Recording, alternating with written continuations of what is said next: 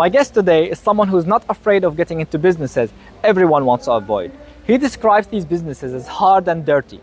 His philosophy, real money is made in the work no one wants to do.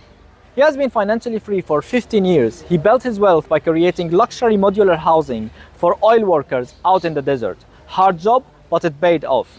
He's also involved in the real estate business. To get to know him and learn more about his story, listen to this episode of the Montrepreneur Podcast. Mario, I met you like 5 months ago, if I remember that correctly. You're a nomad, you're a business owner. You had like many businesses in the past. You started like a business helping Americans move to Spain. Mm-hmm. So I would like to hear from yourself. What's your background? What's your story? Man, my story. Well, I'm turning 50 this year, so it's a long story. I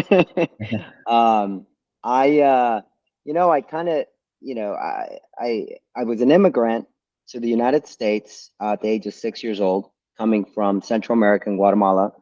So my mother was in the pursuit of that American dream, right? Mm-hmm. A better life, a better family, what everybody goes to the United States for, right? Yeah. I was no different. So I was raised in go to school, get a good job, make money, and then retire at 67, right? That's the American dream.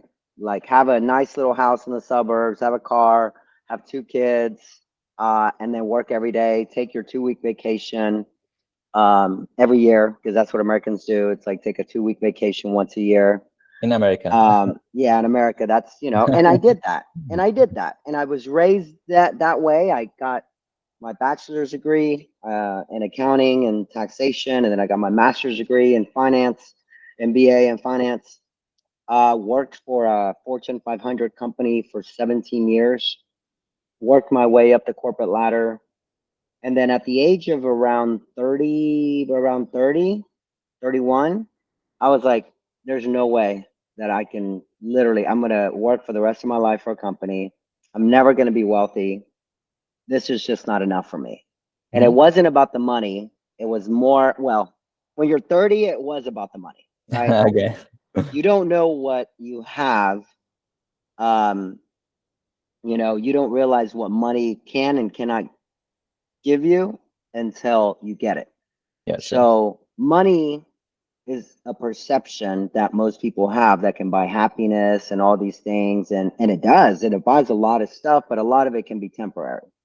So at the age of 30, I wanted more. There was no way that I could be an employee. So I started just learning a lot about the business that I was in at where I was working. I started with just doing, just from the age of like 18, I was selling stuff out of my mom's garage.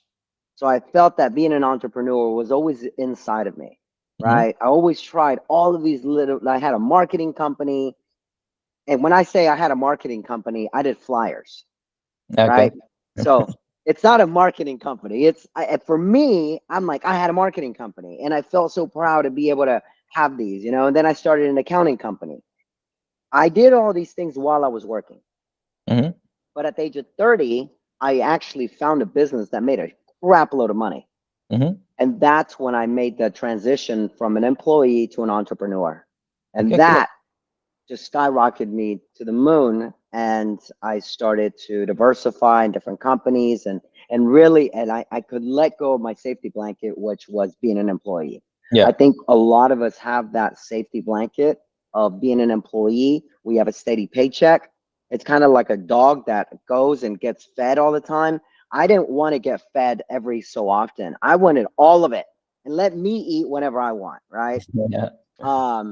And that just allowed me to, all you need is that one business that works, and then you start diversifying into different businesses. And that's where I am now. And what I was pursuing, what I realized, it wasn't the money, it was the financial freedom. Okay. When I want to be able to pick up and go, like I just told you, and say, you know what, thank you, Barcelona, but I want to go live somewhere else. So I'm going to go to the south of France. and spend a month there, and then spend a month in 2 months in Asia, and then go to the States, and then go to Switzerland. I can do that. You can't do that if you're an employee, right? Sure. You can't. It's not that easy. Yeah. And especially if you don't have the financial freedom to do it. Okay, cool.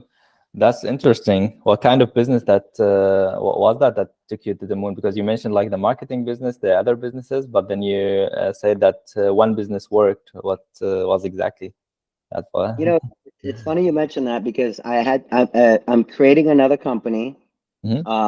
that's and I realize that there's a formula. There's a making money is not that hard.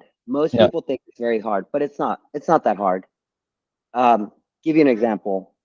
I'm renting my apartment in Barcelona for 2,800 euros a month Hmm. for 6 months.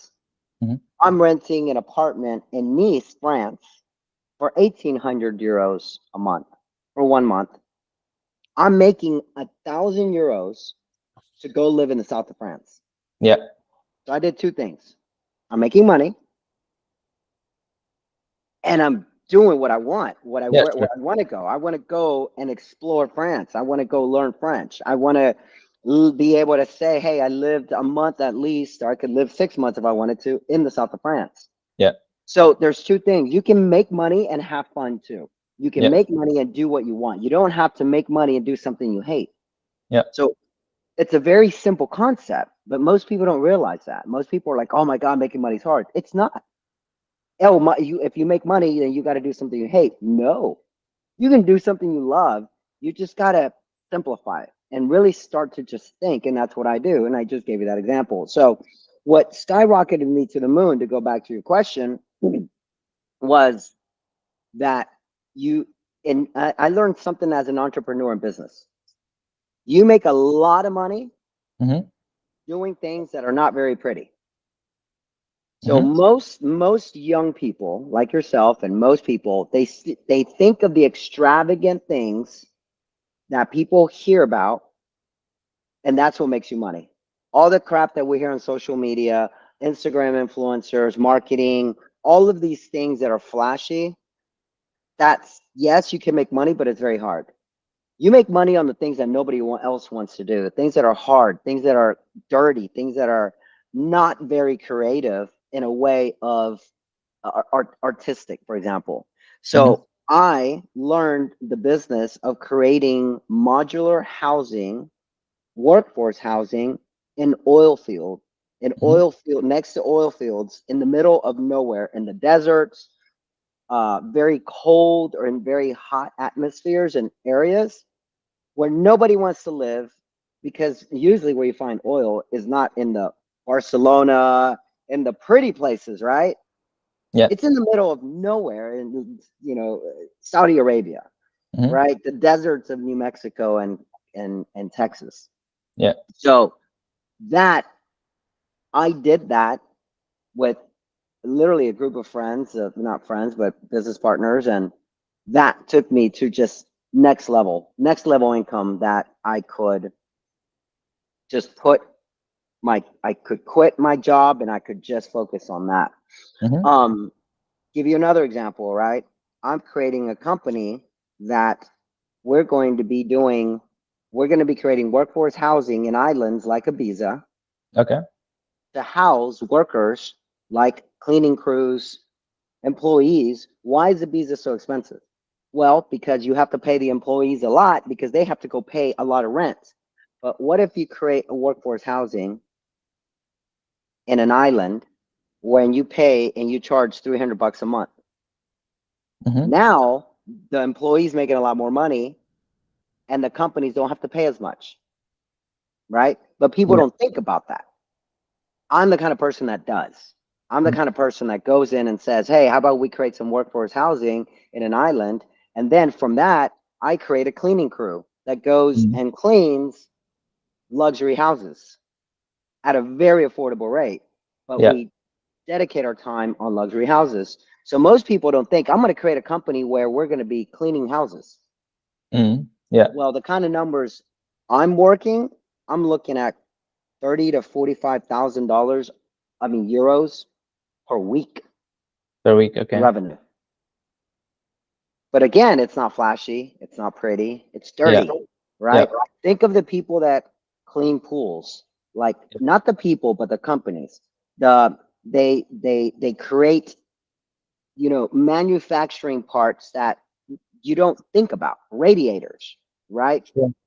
So that's really where the money's at, not the It's flashy stuff. yeah. It's the things that you're like, oh, I wonder how that was made, or how that's being, done. That's where Yeah. the money's at. Yeah, this is a good point actually, because usually when all people like think about the common business models that there are out there. There is for sure like a lot of competition. You need like much more work like to stand out. But I mean, all the classic businesses, you're right. I mean, nobody is thinking about, and I think we have like much more demand like in these businesses. But I mean, my question on that would be like, how do you approach that? Because I mean, yeah, sure, you can like brainstorm, etc., what the market could need. But I mean, how do you really need that? There is a real demand, and there is a proof of concept of what you are trying to do.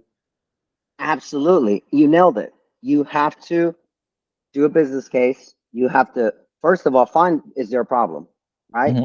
So you identify the problem, and then you do a business case of how do you solve that problem, and you build a case towards it.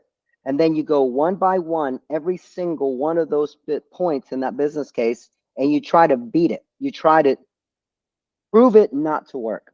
You Hmm. try to go in and you prove it not to work. Is this going to work? You try to beat it up as much as you can. And as a business owner, I'm going to tell you that almost 95% of the business cases of ideas don't work. Yeah. You'll find a major reason why it can't happen, right? Yeah. What I did when the oil field, there was a problem. The problem was that there were no workforce housing, enough workforce housing in the areas where people needed to sleep. The Mm. closest place for them to go to a hotel was 3 hours away. Yeah. After working 12-hour days, driving 3 hours was not an option. So a lot of these people were sleeping in their trucks, eating crappy food. So I identified a problem, Hmm. and then I created a business case of all the solutions and how this would work. Yeah. It wasn't easy. You Yeah. don't make millions and it's easy. You know, you have to go in and go. I mean, we had to lobby, we had to talk to local governments, we had to, you're playing politics, right? A lot of people don't want these, Yeah. buildings Sure. around. I mean, it's just a lot of politics. But if it's worth the, if it's possible and doable and the returns are worth it, then you go for it and you get Mhm. support, you get investors. You never go in it alone. As an That, entrepreneur, we have a mindset that thinks we do this shit alone. Never. You no, do it never. with other partners. Never. Yeah. Yeah. Yeah. Now this is a good one, but I mean, you mentioned like two businesses that need capital, right? So Yeah. usually you need like a lot of. I mean, you cannot just start the business and then from the revenue you can grow up the business. You usually like really need support from outsider, silent investors or like real investors, etc. But is it the easiest business to start with, or what do you recommend like a new entrepreneur to start with? So, as my advice is this, look, as do you need capital in order to create a business? No. No. Yeah. What you need is to find a good deal. So, give you an example in real estate. Hmm. In real estate, if you find a good deal in a property Hmm. and you've negotiated it, and usually they're off market, that means that they're not being sold on Idealista or some kind of website. Yeah. They People go and knock on doors, Hmm. or call on telephone and go talk to these people, and 1 in 100 are desperate to sell their house. Yeah. One. So what happens is, let's say that house is normally worth 100,000 euros. Hmm. They owe 50,000, and the bank's going to take it from them if they don't sell. Yeah. What these people do, investors, they'll go in and say, "Hey, I'll give you 60,000 You Mm. don't get to get foreclosed on that house. They're not taking it away from you. And you're walking away with 10,000 euros Yeah. because the other option is zero. You get nothing and they take that house from you. Yeah, sure. So 1 in 100 that happens. But what happens is that they will grab that house, fix it up a little bit, put maybe 5,000 euros in it, and then they go and turn around and sell it for 110,000 euros. Yeah. But what they do is that they'll get an investor, a partner, and say, "Hey, I got this 60,000, I got 100,000 euro house for Mm. 60,000.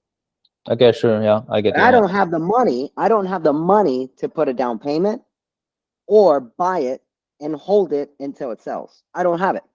Yeah. So actually, what you're Someone, saying. Mhm. Sorry. No, no, it's someone okay. like someone Yeah. like me and another investor is going to say, "I'm in."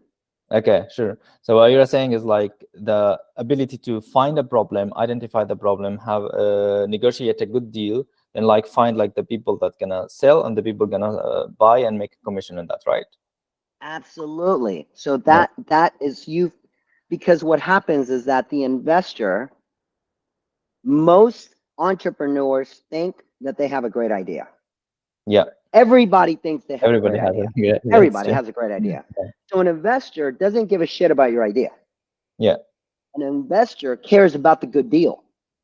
Yeah. True. They don't care about you, they care about the deal. So if some stranger comes to me and shows me a good deal, like the example that I just gave, do you think I care who he is? Do you think I Mm. care his education, his background? I don't care. I see the good deal and I see an opportunity to make money. Sure. Like that, he's my business partner. Just like that, right? Mm. Because that person took the hard work, knocked at 100 doors to find that one who was desperate to sell, got an Yeah. amazing deal. So he's already making a 40,000 euro profit off of one deal. That's a 40% return on investment. Yeah. If he can say, "Hey, I will split it with you, I will give you half, and you take the other half." Well, the guy just made 20%, 20 grand for doing absolutely without putting a dime, Sure. put no money. And then the other investor made 20% for doing nothing. He didn't do any work. He just put the capital. But do you see how the partnership just works perfectly? Yeah. It gives very, very great leverage. Yeah. Exactly. You both of them, it's a win-win. One did the work, but put no money down. Yeah. The other one put the money and did no work. Yeah. Boom. It's a beautiful marriage. So what I urgently tell people, entrepreneurs, to do is to separate the good ideas that people think they have. There's a dime a dozen. There's a million people that think they have good ideas. That's why most new ventures don't make it. Yeah.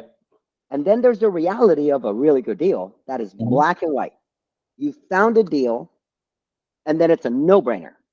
Any investor is going to freaking say, "Here you go, done. Mm. Here's the money." Yeah. Sure. Yep. It's a very good perspective, to be honest. I mean, you, as I said, and I repeat it again. Usually, I think a lot of people think like in the, let's say, in the way we know about business. For example, digital products, apps, websites, the digital services, etc., etc. But these classic business cases are very, very attractive, but you don't get in touch with that in your daily basis. Yep. Yeah, Absolutely. yeah. This is Yeah, they're interesting. shiny. We call them in business. We call them shiny object syndrome. Hmm. They're shiny and pretty, and you're like, "Oh, this is a great deal. This is a great." Think about a car. A car. What is more attractive, a Lamborghini or a work truck? Lamborghini. Is more attractive. It's prettier, right? Yeah, What do you think is a better investment? A work truck. truck or It's a a work truck. Lamborghini? Work truck. Exactly. Yeah, A work truck, you can make money sure. Yeah, by using it. You can haul things. You can use it for many, many different things. yeah, You can't use a Lamborghini for anything except to show off to your friends. Or for a And it's marketing a company. yeah, or a marketing company, right? But again, it's the shiny object Yeah, syndrome, sure. and that's why I said we as entrepreneurs, if you really want to make money, get away from the shiny object syndrome. Stop Yeah, looking for businesses that are pretty and fun and cool. The companies that I've made the most money are dirty, not very fun, not great. The companies that I didn't make money, my bars, my restaurants, my high-end things, my gym, things that were pretty, that were fun, yeah. no money. I made no money from them. I lost money. I lost a lot of money. This is a good advice. I mean, I'm reflecting right now. Like, it's true. It's true somehow. It is. It is. It Yeah, is. I mean, there's so many companies that they're sitting there that you look and they're not pretty, and you see these companies and you're like, man, I guarantee you they're $1 million companies. And these CEOs are guys wearing jeans and t-shirts. yeah, There's so many of those compared to the Elon Musks and the Mark Zuckerbergs and the people we hear about in the media. We think that that's where you make your money, right? yeah. The Googles. No, that's just one in a gazillion companies out there. But the ones you really make money are the ones you don't really hear about, Yeah. the Or ones at least, behind the scenes. I mean, you can like start with the ones like that are not that cool, make money with that, and then you have like the leverage and the budget to make like the cool stuff. I mean, this is a failure that I did. Exactly, exactly, exactly. It's actually like a failure I did like 3 years ago. I started the company. It was like the vision was very, very like big. I wanted to help programmers to monetize their code through a marketplace, and the vision was like very big. And we started building the product, etc. Then I lost all the money. I failed, and it was the wrong business model. It was a marketplace, very hard to start with. And it was like also, as I said, a very, very big vision with no money, etc. I'm not saying it's impossible, but as I said, it's like not the easiest to start with, so the risk was very much higher. But I learned that right now. I mean, service-based business, or for example, the businesses, the dirty businesses you just said, or the classic old businesses, they are much, how to say, easier, and they're is like more demand in that in the market, I think. Absolutely. Like, just think about something as everything is going into technology, right? Yeah. Technology is this new thing, right? We have all of these websites, we have all of this AI, we have all of this technology going on. But who's making the power grids to support this Mm, all of this new technology? There aren't. So can you imagine if you really want to make money, you go and start innovating and creating a product because there's going to be a massive demand when all the grids start breaking and popping because you can't support so much technology. mm, What if one of your companies is where you create parts for the grid? yeah. Most entrepreneurs think, oh, everything is going into technology. Let me go and do something in the technology. Mm, Versus, how about the support to be able to create the technology? How about the power grids that right now, you have blackouts all over the world because the power grids can't support. There's not enough electricity, mm, power grids to be able to support so much technology that is everything's being done with technology. You yeah. know, think about a manufacturing facility that builds cars. It Mm, used to be built, that one manufacturing facility built, let's say, 100 cars a week. mm-hmm. And it used to be powered by people. So Yeah. think of how much electricity that takes. Now, the same power grid supports a manufacturing facility that manufactures 200 cars a week, all by robots Yeah. that are supported by Like electricity electricity as with well. the Yeah. same power grid. Yeah. People don't think that. People think I'm going to make robots now to create the manufacturing facility, but then the power grid goes out. Yeah.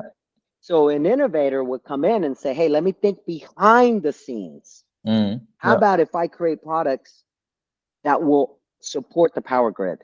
Yeah. Manufacturing products to support the power grid. That's just one example of finding a problem that you don't hear about, that is behind the scenes. And Yeah. that's where we as entrepreneurs have to think, you know? This is very interesting, to be honest. I mean, I knew like a little bit about that, but you gave me like some good examples right now that I also like didn't think about, etc. But interesting, thanks. Yeah, you're I welcome. mean, coming back to your like real estate business, how challenging is growing such a business? I know like in technology, it's like very hard to start, but it's very easy to scale if you achieve like one point. This is why it's very attractive for a lot of entrepreneurs, because they want like to go to the 1 billion company and like higher, they want this Yes. scale. But how challenging in like classic businesses, the businesses you just mentioned right now? Maybe the electricity example is like more scalable than the others, but I mean in real estate, for example, how challenging is to scale that business? So in real estate, there's different types of sectors in real estate. So you can flip houses. Mm-hmm. You can buy a house, fix it up, and sell it for profit. Yeah. That's that. I don't like that. I like to generate my income through my private lending company, which Mm-hmm. is basically doing private loans for investors who want to do flips, Okay. right? So I generate a lot of cash from that, but then real estate is where I dump the money that I Mm-hmm. make, because real estate, for example, to buy and hold, it doesn't generate you that much money. Mm. It does, but not, you're not going to get rich off the next 5 years from it, unless you're doing flips and you're really good at it. Yeah. But to buy and hold, it's basically, the reason I do it is because I have my my private lending company who generates my income. But then if you stick it in the bank, what happens is that if hyperinflation hits, currency devaluates, then your cash, it starts to disappear, Yeah. right? But real estate, as inflation goes up, currency goes up, currency goes to shit, your real estate goes up, Yeah. Sure. right? So it's a protector, it's a hedge. So Ah, I okay. use real estate as a hedge. Yeah. Your revenue is not great. It can be anywhere from 7% to 12% on rental income. I don't like Airbnbs. It's too much work. I don't want to. I'm Yeah. about Yeah. making the most money out of the least amount of time possible. Yeah. So I want to make a lot of money per hour. Yeah. I don't want to sit there and create work for me. That's because I want financial freedom, Yeah. Sure. You right? didn't quit for your job for to work for your business. You want to work on your business. Exactly. I don't want to work for my business. Exactly. And I like to innovate, where I create a project, create a business, and then I hand it off. And I Yeah. no longer do it. So it's fun and exciting. I get to do something new all the time. That's why I'm always coming up with these ideas. Yeah. Some of them work, some of them don't. Yeah. But Sure. it's exciting, Yeah. So I dump it into the real estate, and it's a hedge in case of currency. That's what I came to Spain for. I bought Mm. rental properties, so that in the event, you know, hyperinflation, something happens, the properties go up in value. My cash is fucked, but that's why I try to keep as little cash as possible. Yeah. Sure. And so you're not gonna. There's ways of making money in real estate. For example, there's called contract assignment. So let's say you find a great deal. Mm-hmm. You find a great deal, and you don't want to buy that property. I just had a loan for a client who found a property that was worth 140,000, Okay. bought it for, literally made an offer for 110,000. Mm-hmm. They accepted it. It took 30 days. He gave the contractors 30 days for the sale to go through. Yeah. Before that 30 days, he sold that contract for 135,000. Mm. Ah, okay. So he made money In these 30 days. without even buying. Right. He Yeah. made money without buying the property, Yeah. because he sold that contract. to Yeah. someone else. So there's three people involved: the buyer, the seller, and then the other buyer who the first buyer sold it to. Yeah. And that's a type of real estate business that people do all the time. They find a good deal, they sell that good deal to somebody else without buying it. So it's perfectly example. You find, this pair of glasses, right? This pair of glasses is worth $100. Yeah. You get a great deal for $30, 30 euros. Sure. And then you sell it to someone else for 60 euros. And you never even bought it to begin with. Yeah. I mean, so it's a type of business that they do in real estate. It's a good business, but your job is to go find really good deals. You one thing that I have to say in real estate and business is that you make your money on the purchase. Mm. You don't make your money when you sell it. You make your money on the purchase, because if you got a good deal, you did good. If you got a regular deal like everybody else, you're not I gonna make get any you. money. Yeah, I got you. I got you. Yeah. Yeah. So you make your How money is it on the your process to find these deals usually? Is it like cold calling, or I mean, cold calling the homeowners, or so digital marketing, or how do you find, or how do people find these deals? So you can find deals like with foreclosures. You contact your banks and then you say, "Hey, I would like to get a listing of your foreclosures," Yeah. and so I can, you can look at them and make offers on them. There's also auctions. When people basically have their house foreclosed and they put them on auctions, you can do Mm. auctions. You can knock on people's door, like I gave that one example, and go or make phone calls, send emails, send all kinds of stuff to communicate with them. And it takes a lot of time, Yeah. effort, money to find these deals, you Yeah. know? So it's not really something I like to do. I don't do Yeah. that. Um, I find private lending a lot easier, a lot more kind of, just efficient. I can do it anywhere in the world. Mm. Um, and then, like I said, I like to, my goal is to own real estate, a property everywhere in the world that I want to stay in. So I want to have one or two properties anywhere in the world that I can say, hey, I want to go to France and stay a month there in my house, and then rent Yeah. it out during the times I'm not there. That's what I'm doing here in Barcelona. I Yeah. own 3 apartments in Barcelona now, and they're all rented. I'm about to leave this one next week, and Mm. then I'm going to France. Maybe I find something there. Maybe I buy something. And if I buy it, I rent it out, I leave, and I come back and Yeah. stay. And I want to do this kind of all over the world, so that I'm also hedging against different markets in different countries. Sure. If there's a war in North America, well, I'm in Europe. If there's a war in Europe, well, I got a house in South Africa or Yeah. whatever. You see what I mean? Just Yeah. that's Diversification. kind of my dream. That's like my dream. No, it's exactly what I am also like working on and dreaming for. I'm not there yet, but I do understand like the importance of that and the beauty of that. Yeah. I mean, you lived also like as a digital nomad. If I remember, you visited more than 60 countries, right? Yes, I'm at 62, Okay. and I will be going to.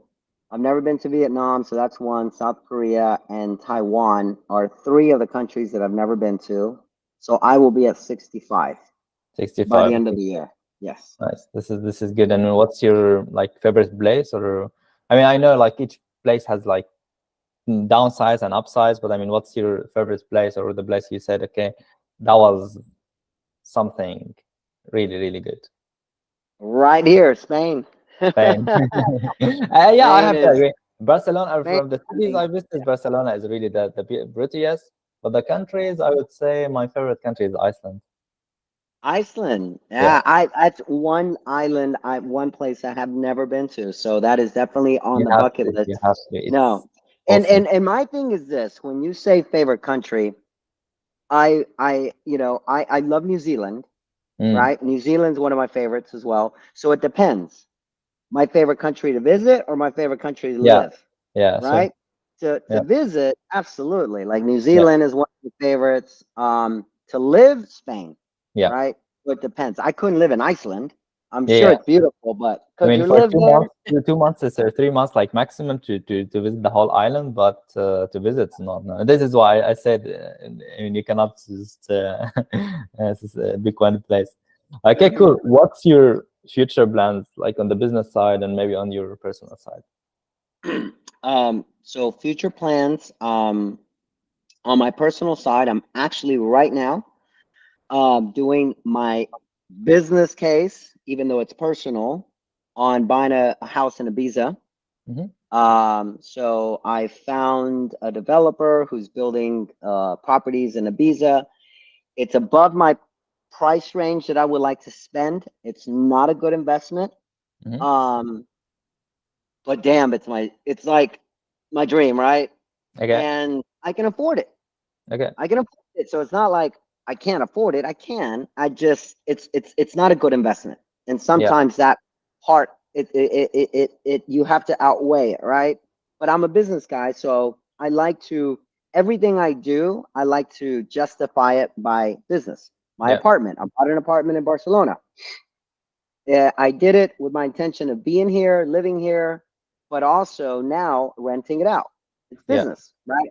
In Ibiza, it's hard to rent $1 million house, Yeah. right? It's hard to really, and who do you want to rent your house, right? And especially in Ibiza during the low season. I'm going to be there during the high season. Who's going Mm. to rent it in the low season, The low season, right? yeah, sure. Yeah. The high So, season, you're so gonna find people like, yeah, the high season, I'm good, but yeah. that defeats the purpose of me buying it. I want to be there during the high season. Well, So I have an that's idea for you. You can go in the high season there, throw parties like in front of your house, and then you make cash. yeah, I don't know. I don't know. In Ibiza, yeah, that would probably they would if they destroyed my house, it would be a very bad investment. Yeah, nice. So as a personal goal, that's kind of what I'm looking at right now. Um, Business goal, like I said, Viva España. We're really pushing with Viva España, the cleaning company, Mhm. the workforce housing company would be under that company, so it wouldn't be a new company. It would be under Viva España. And that's kind of what I'm focusing in right now. Yep, Cool. raising capital for my private lending company. Mm. So yeah, just Cool. traveling. Yeah. Enjoying life. What advices and like lessons you can like give for the people that are struggling right now to go into this entrepreneurial way? Um, Step back, take a deep breath. Really, you know, I think people overthink it or follow what everybody else is following. Like I said, they think of the hype.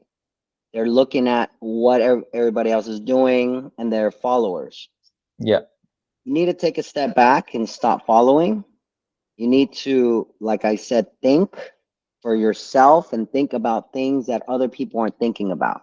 Like Mm. I mentioned, the power grids. That's going to be a major issue.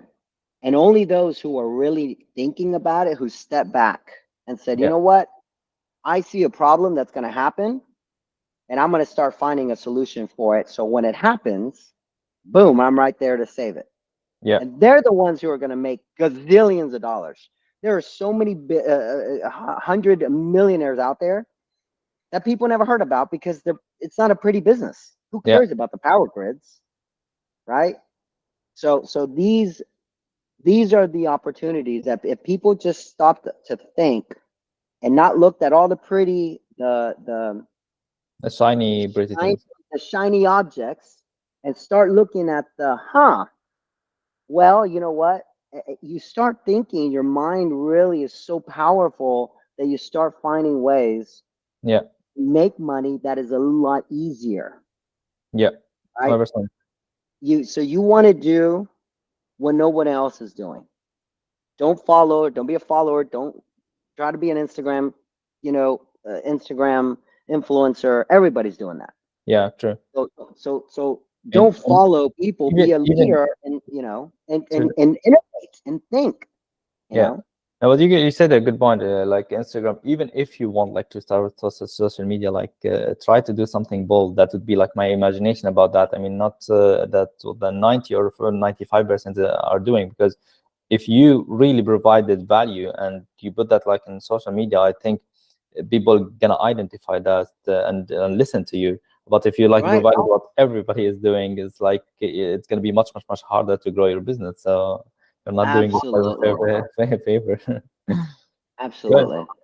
So that was the advice, but what's the biggest lesson you learned from your journey until now? My biggest lesson, a lot of people ask me that, and a lot of people ask me, which is also what is if I could summarize it in one word, what is the key to my success? Hmm. Which is my biggest lesson. And the biggest lesson I could tell everyone is humility. Humility is the most important lesson and most important aspect of anything that you could possibly ever have, because if you're not humble to listen, if you're Sure. not humble to learn, if you're not humble to think that there's a lot of shit you don't know, it doesn't mean that you're this kind of shy, scared to do things. That doesn't mean it takes humility to have confidence. Yeah. A confident person can be humble. Most people think that, oh, if you're humble, that means you're not confident. No, that's being cocky. If you're confident and you're not humble, you're just arrogant. Yeah, it's Your true. your ego's high. That's Yeah, it. And that is one of the worst things you can have, because that's where you make mistakes and you don't learn from them. sure. Humility is, hey, I own this. I fucked up. I didn't, I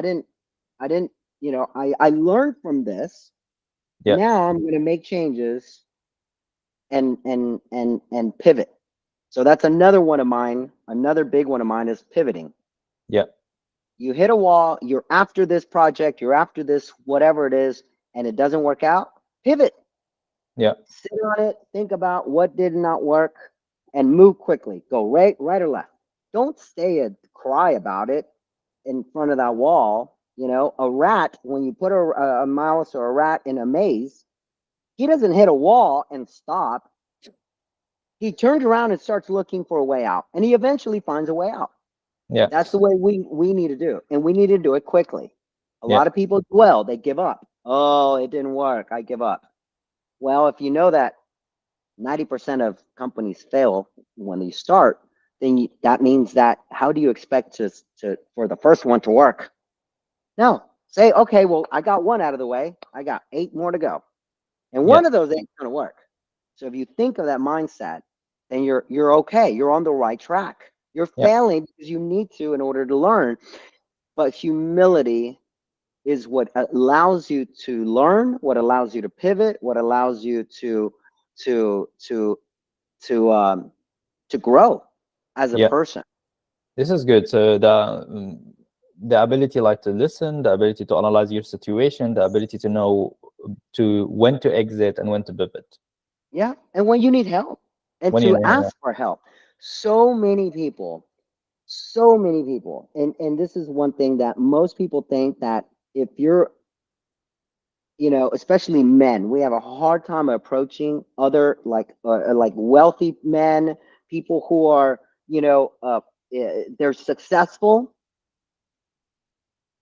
Most of them are willing to tell you everything, are yeah, willing to tell you all their secrets, are willing to, because they're not secrets. it's true. I'm Yeah, willing, all you need to do is talk to me, and I'm going to tell you everything I know to make money, yeah, because it's not a secret. If they make it a secret, then they're arrogant people who aren't humble, and they're greedy.